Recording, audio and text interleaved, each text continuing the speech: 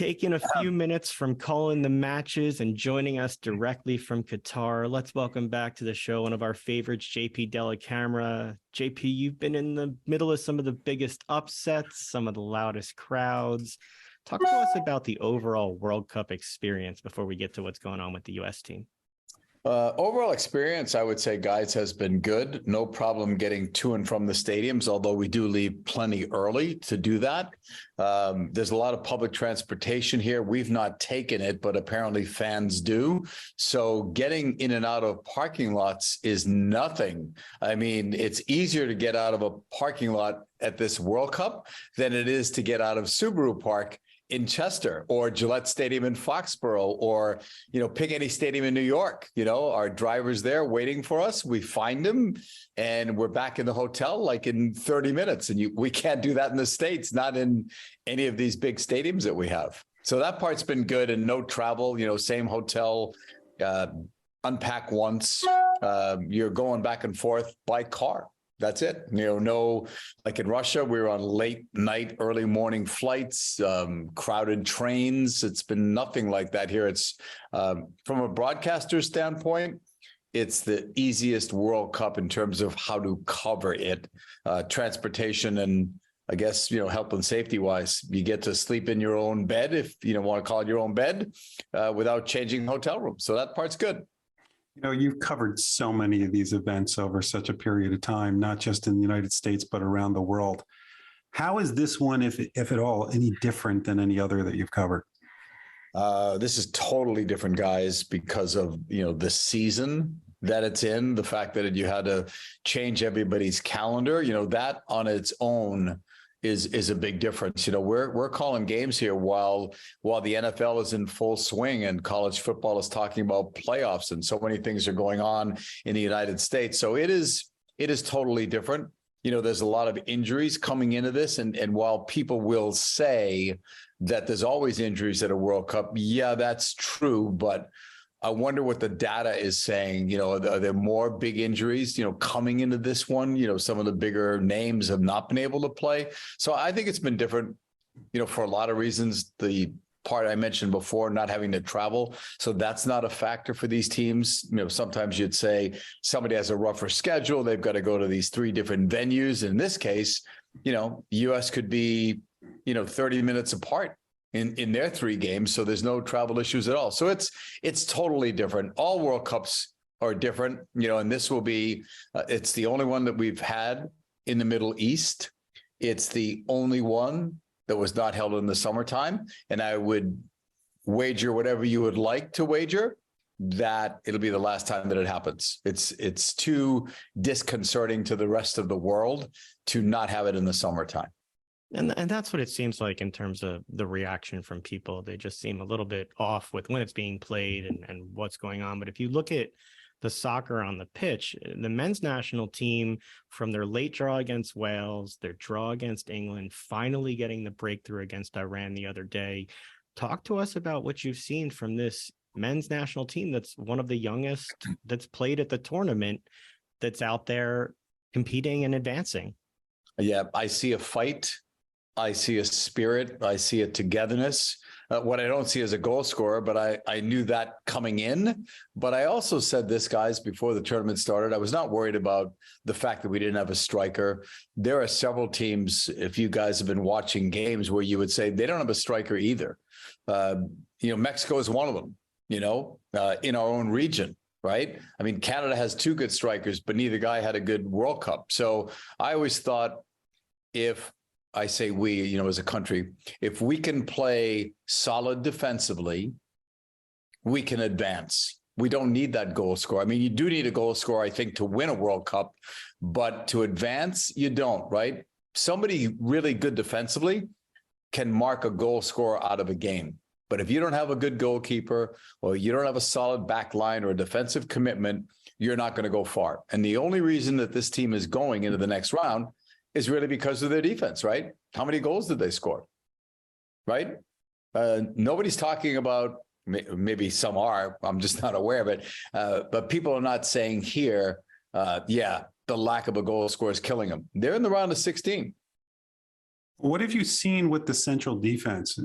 And is there anything that you like about what you've seen or concerns about what you've seen? Yeah. Well, you guys have probably seen more games than I have because I'm focused on my own game. So like every time the US has played, I've either had a game or I've had to study for a game. I did watch though the other night.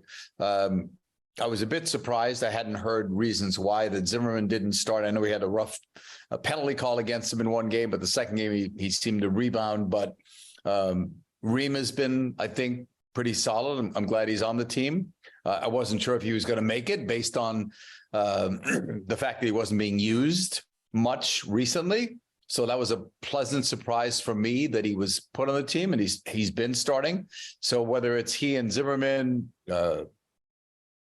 Cameron Vickers, whoever it is there, I'm not worried about them, in that particular spot. I do think, though, when you're playing a team like the Netherlands, you're going to be challenged more. And at some point, if this dream is to continue, they are going to have to find goals from somewhere. And maybe it's just one. Look what Pulisic did the other night. And that's all that they ended up needing, like one big moment from one person. And they got it. As long as they stay solid defensively, they can win. They're not the favorites against the Netherlands. I think it's, if I'm not mistaken, the Dutch are like unbeaten in 18. And I watched them during the Nations League. They're very good. I thought they could have a deep run in this tournament. So, I wasn't thrilled with the matchup, but I'm not sure what matchup I would have liked, because it gets tougher as you go deeper into this tournament. I mean, Senegal has to play against England. Senegal is very good, even without Sadio Mane. So no easy games now in the round of 16. The one thing that I'm concerned about on defense is, as you get further into this tournament, is about being sound on defense and not taking a lot of chances. The one thing that concerned me was seeing that Dest seems to be kind of a gambler when he's back there. Is that something that they're concerned about? I'm taking a pause to think about it. I mean, you'd probably have to talk to Greg about that. I mean, it's sort of like, if that's his strength, you don't want to hold him back too much, but you do have to be concerned. I think like Anthony Robinson is terrific on the other side, and he'll take risks too. So I'm okay with that, as long as they have cover.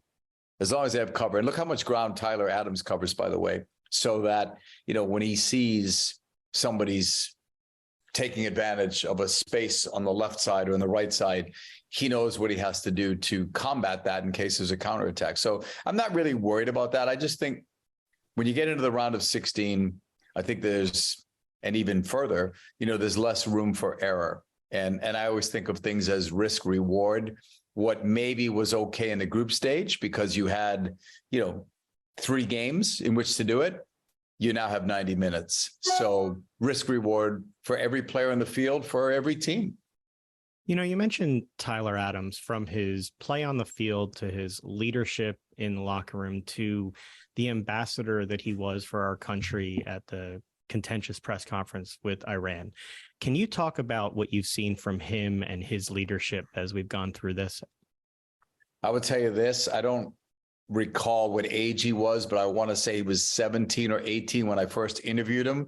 I was doing a game for Fox. And when I came out of that interview, whoever I was with, I said, check his birth certificate. There's no way this kid is whatever he was, like 18 or 19, because he spoke like a poised veteran, like he was so articulate. He was so bright.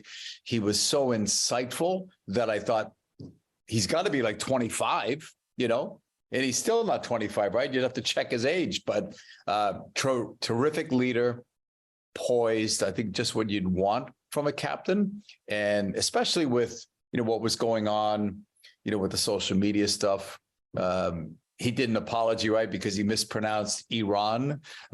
Many people say Iran, it's Iran. And he apologized for it. And you didn't have to, I mean, nobody's trying to disrespect anything. People mispronounce names and things like that all the time. But I think he's a great leader. He leads on the field, but also off the field. I think players do respect him. And the fact that he was given the captain's armband at such a young age, even though it's a young team, shows a lot in what this team feels about him. The youth on this team has been pointed out by a lot of the announcers as the games have been gone. I think that they are the third youngest team in this tournament. How important is it that these guys have been playing together and that despite their youth, they seem to be gelling at the right time? Well, sometimes they say youth has no fear, right? And I know these guys are together. You can see it. You can hear it in the interviews. And I think that does say a lot. For me, my goal for this team was just to get out of the group stage. To me, anything else is a bonus. And I'm just speaking for me personally. Somebody else might say to you, if they lose to the Netherlands, I'm disappointed they only got to the round of 16. I'm good that they got out of the group stage. There are some good teams. Belgium didn't get out of the group stage, right? There's some good teams that are going home. So I'm good with that. My thought for this US team is that this is an amazing experience that they can build on because they're hosting 4 years from now. And 4 years from now, the core of this team is still going to be the core of this team. Tyler Adams may still be their captain. These guys are all young. Pulisic will still be there. A Gio Reyna will still be there. Weah, Eunice will still be there. This is a great group of players. Dest, Robinson, they're all still young guys. So I think the sky's the limit, but I think where my expectations will rise will be in 2026. Anything I see from this team from now on, to me, is a bonus. If they get a little bit of luck, things go their way, they're in the quarterfinals. I mean, they believe they have a chance to beat the Netherlands. You mentioned Gio Reyna. I'm curious. He's somebody who's gotten a lot of attention for not getting on the field as this tournament's gone on. What is going on there that we don't know about that's not getting him on the field? I don't have any inside information, guys. I was wondering the same thing, myself. I know he's had some injury issues. I don't know. I haven't seen anything. I've seen like speculation. I don't want to go on that. I've not seen Greg really address it. I believe he likes Gio Reyna as a player. Like, who wouldn't? I think he's a star, a young star right now. And I think he's going to be like Pulisic, our two key guys in 2026. So I don't know whether it's the system that they're playing, whether he doesn't feel he's 100%. I don't know. I have no real idea, but I'm a fan of Gio Reyna's, just like I was of his dad, Claudio. And I hope to see him on the field, sooner rather than later. I'm surprised myself that he's not had as many minutes as I might have thought he would have gotten. But again, I don't know what the injury situation is. And at a World Cup, if you think teams are tight-lipped before a World Cup, try at a World Cup. One of the guys who is getting some playing time is a guy that grew up right around the corner from where we're broadcasting from in Medford, New Jersey. Brendan Aronson, a guy. Well, he was a kid the first time we interviewed him when he was first coming up. He's still a kid. That's right. But you got to watch him from his days, his early days to now. How proud are you to have seen what he's become and what he's becoming and how he's matured as a person and as a soccer player? Well, I think, guys, so many times we hear people say when they see somebody, he's a national team player. He's going to be a national team player. He should be a national team player. And they said that about Brendan too, but Brendan was like a teenager and I'm watching him and I can see he's got talent, but I don't know if he's a national team player. He was this thin kid that didn't look too strong, going 100 miles an hour all the time, but you knew he had talent, right? And I give him full credit. I mean, he comes from a great family background, in soccer, coaching, all that stuff. He's a dedicated kid, a polite kid. I remember Madunian and Bedoya telling me before, how eager this kid was to learn. And he would give credit to those guys for helping him along the way. So he's a humble kid too. I'm so happy for him and his success. He's done well. I think he's gotten stronger. I think he has added even more soccer IQ to his game. I think he is, he's come a long way from the guy that could only go 100 miles an hour to knowing when to go 100 miles an hour and when to slow it down to 85. And if he has to slow it down further, I think he's capable of doing that. And I think he's nowhere near his ceiling. I think this kid is going to get better and better. Leeds is one club that he's going to play at now. I see him going to a bigger club at some point in the near future. You know, his speed is obviously a benefit. Same thing with Weah. Is there any chance that the U.S. has the ability or interest in more crossing runs or overlaps to get behind that Dutch back line? That's probably part of their scouting plan. But again, we don't know what changes Greg is going to make. Like I said, a lot of us were surprised that Zimmerman was not starting because Walker has been called on pretty much every time, right, when the U.S. has played. So I don't know what changes Greg has. And also, you know, you're playing every 4 days, right? Pulisic is saying, or seems to be saying, that he's going to be ready to go. And while I believe that's true, I think if he wasn't ready to go, he knows enough not to say that. And if he doesn't, the coaches and everybody around would be saying, you know, don't tell the Dutch whether you're playing or you're not playing, you know? So I honestly don't know if he's playing. My gut says that he probably will. I would say this to you. If he doesn't start, he's more seriously injured than anybody is letting you know, because that's not a game that he would want to miss. So I don't know what other changes that they might make. Sometimes coaches, you know, go with the flow. Sometimes, sadly, coaches overthink things. Sometimes they don't want to mess with something that's going well. And others would say, you know what, we're the underdog. We're going against the Netherlands. I think this could work here, or this player could work better in this situation, or these outside guys are better than the two that I was going to use in the last game. So I think Greg has done a terrific job managing this team. I think he's checked all the boxes. He was hired to get this team back into the World Cup. He has done that. He has gotten this team into the round of 16. And like I said, you know, you can look down the list. Belgium is going home. And while I didn't rate Mexico this time around, I wasn't sure that, I didn't think they would go far in this tournament.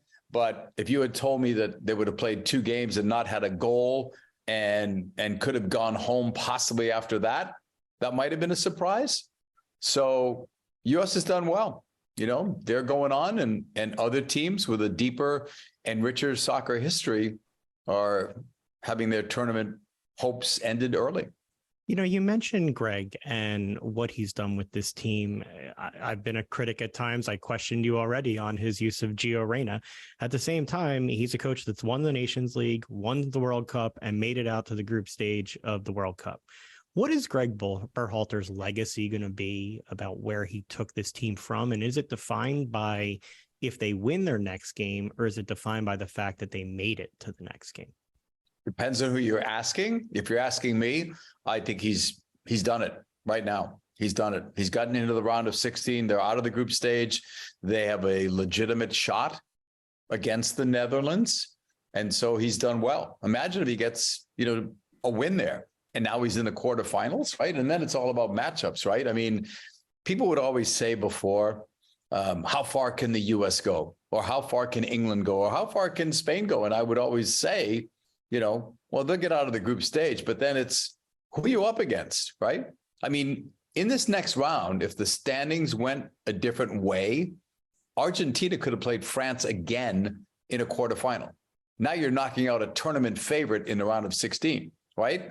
So, you know, before these tournaments start and you know, before you see how this could work out, I mean, would somebody have predicted, well, the U.S. can go really far if you knew that they had to play first against Argentina, and then if they beat them, they'd have to play France. And then if they beat them, I mean, you don't know what the matchups are going to be. So this is a decent matchup for them. And I'm happy with where Berhalter has taken them.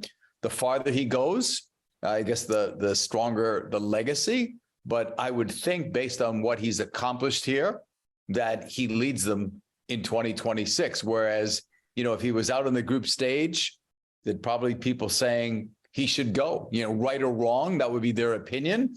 My opinion is he's done a good job. And I would have kept him even if they lost in the group stage. I mean, that Iran game, think about it this way. They played 3 games, right? 3 close games. Could have beaten Wales, but Gareth Bale does it again. Sorry, Philadelphia, but there's Gareth Bale, right? The England game's a 0-0 draw. That Iran game could have gone either way. So they could have played 3 fairly solid games, competitive games, and been out. Is that Greg's fault? I say no. You mentioned some of the matchups, and you got to call Argentina's first game where they lost, and panic ensued about that. Yeah. The other night, I was enjoying watching as Mexico and Poland were going back and forth. They were tied, and they were updating the standings based on who had the most yellow cards for the 5th. Yeah, that was last night. Yeah. What are your thoughts on how this tournament has actually played out on the field, with Belgium going out, some of the favorites struggling early on? What's the form that you see as some of these teams head to the round of 16 right now? Well, that's another thing that I forgot to mention, in this interview, and you said, why is this a different World Cup? It's how teams are going to handle this, right? Because in other World Cups, the season is over. You have about 3 weeks maybe to rest up. And then you have another few weeks where you're going into a national team camp and you're playing friendlies against teams whose styles are similar to who you will face in the group stage. In this World Cup, somebody was playing possibly in the Premier League on a Saturday or a Sunday, and the following week they're playing for their national team. Teams did not have any time to get everybody together, certainly not for 3 weeks, maybe a week, maybe some of them. Some guys were trickling in. Some guys are coming in hurt. Some guys with, minor injuries. It's been a different World Cup for that reason. And that's why I always thought there'll be surprises in this tournament. I wasn't that foolish to predict that Argentina would lose the first game against Saudi Arabia. Nobody was that crazy. But those are the types of things that, they've happened before at other World Cups, but you're less likely to see it in the summertime. You know what I mean? If Argentina had come in really well prepared, well rested, that may be a different outcome, not taking anything away from the Saudis who played the game of their lives that night. But those are things that happen in a World Cup like this, where it's more of an equal footing.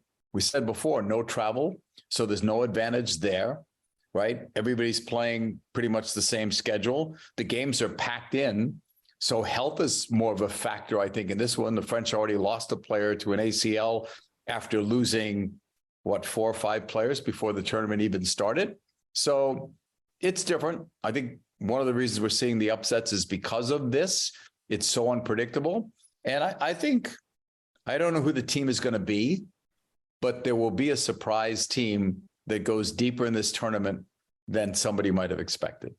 It's interesting. You just talked about the lack of travel because it's more of a condensed area that the games are in. How different is it going to be in 4 years when you have 3 different countries that teams are moving from country to country, city to city?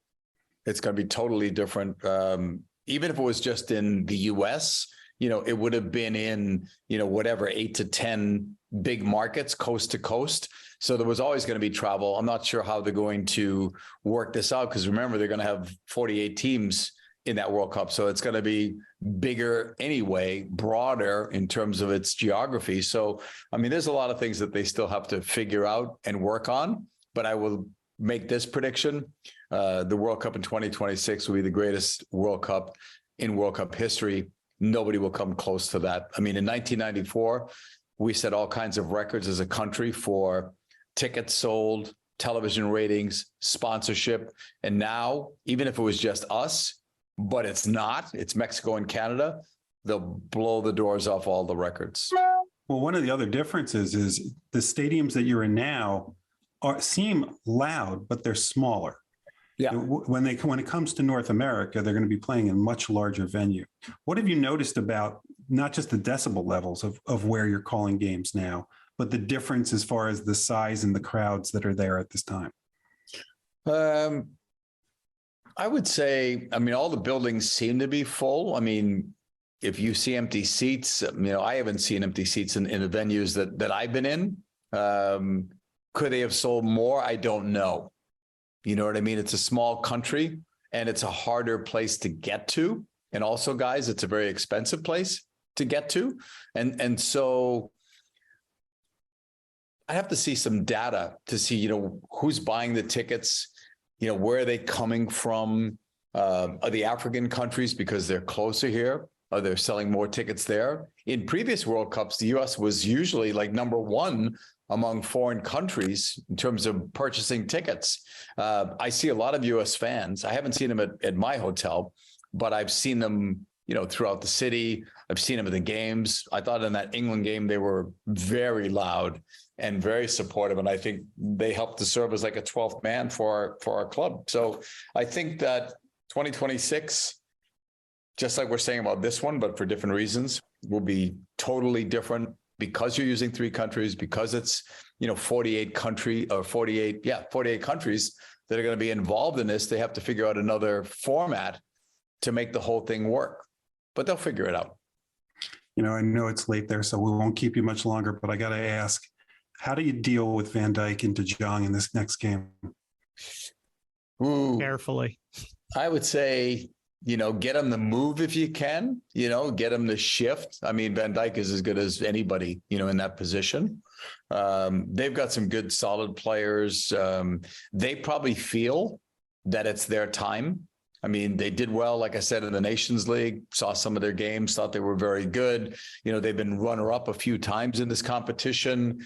They probably feel like this is the one, you know, for them. You know, if I thought this before the tournament started, I full disclosure, I picked Brazil, but I also picked Neymar to win the Golden Boot, you know, not knowing he was going to have his foot in the boot probably. So he's not going to win that.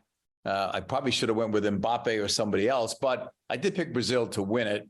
But I always pick like the usual suspects. And if you look at the history of the World Cup, the usual suspects win. So when you're deep in that pool, if you said, you know, who else could win it, you might have said Belgium, you know, you would have lost that bet.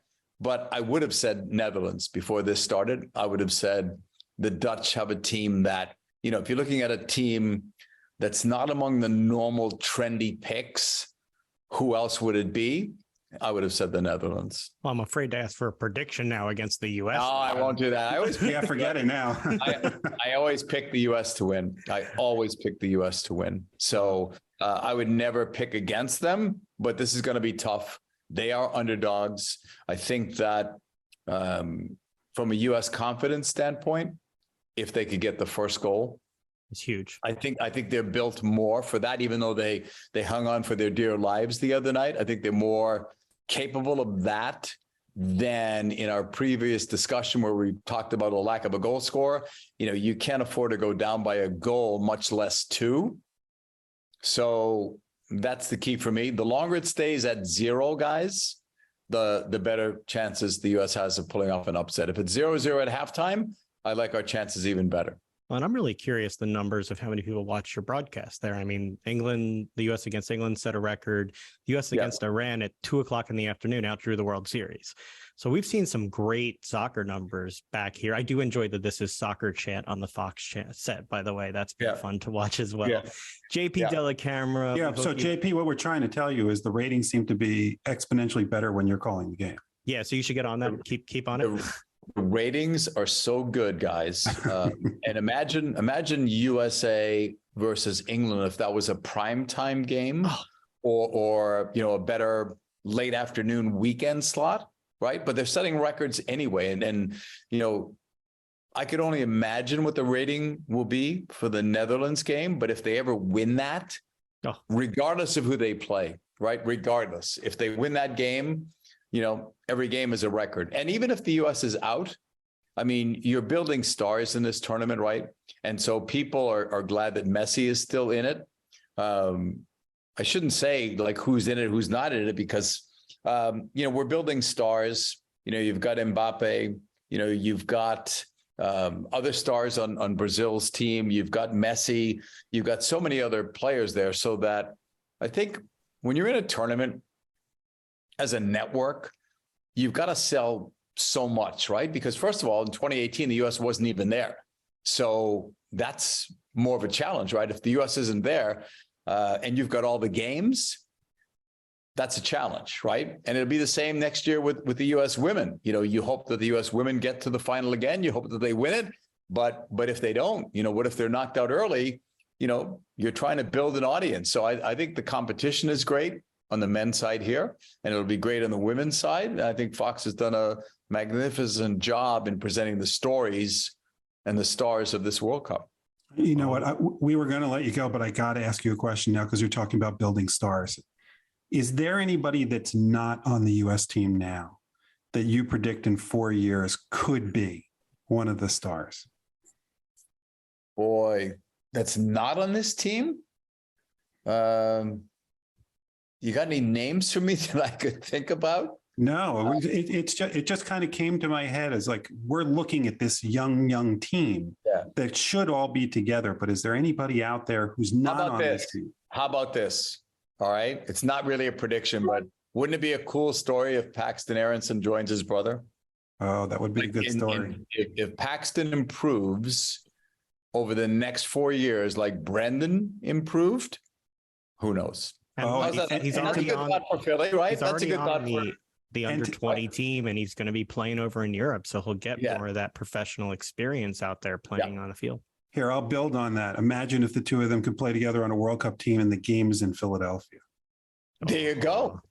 See, I like where this is going. This is a good way to end it. You know, there's other guys that none of us know about. I mean, look at players that they've taken. How about Yunus? Nobody knew who he was 2 years ago, right? 2-3 years ago, nobody knew who he was. There's probably 4 or 5 of him out there somewhere else that you'll hear about. I don't even know who they are myself, but there'll be other names on this team in 4 years. But I do think that the core group that we talked about before, they will still be there, and they'll be better with the addition of better and younger players. And that's the most exciting part is you hope as a US fan, this is just the start. They've kind of made it through the next round. Let's see that they keep it going. JP Dellacamera, even from Qatar, you're available for us after calling matches, before you call your next matches. We always appreciate the time. Enjoy the rest of the tournament, and we will talk to you soon. My pleasure, guys. Thank you for having me.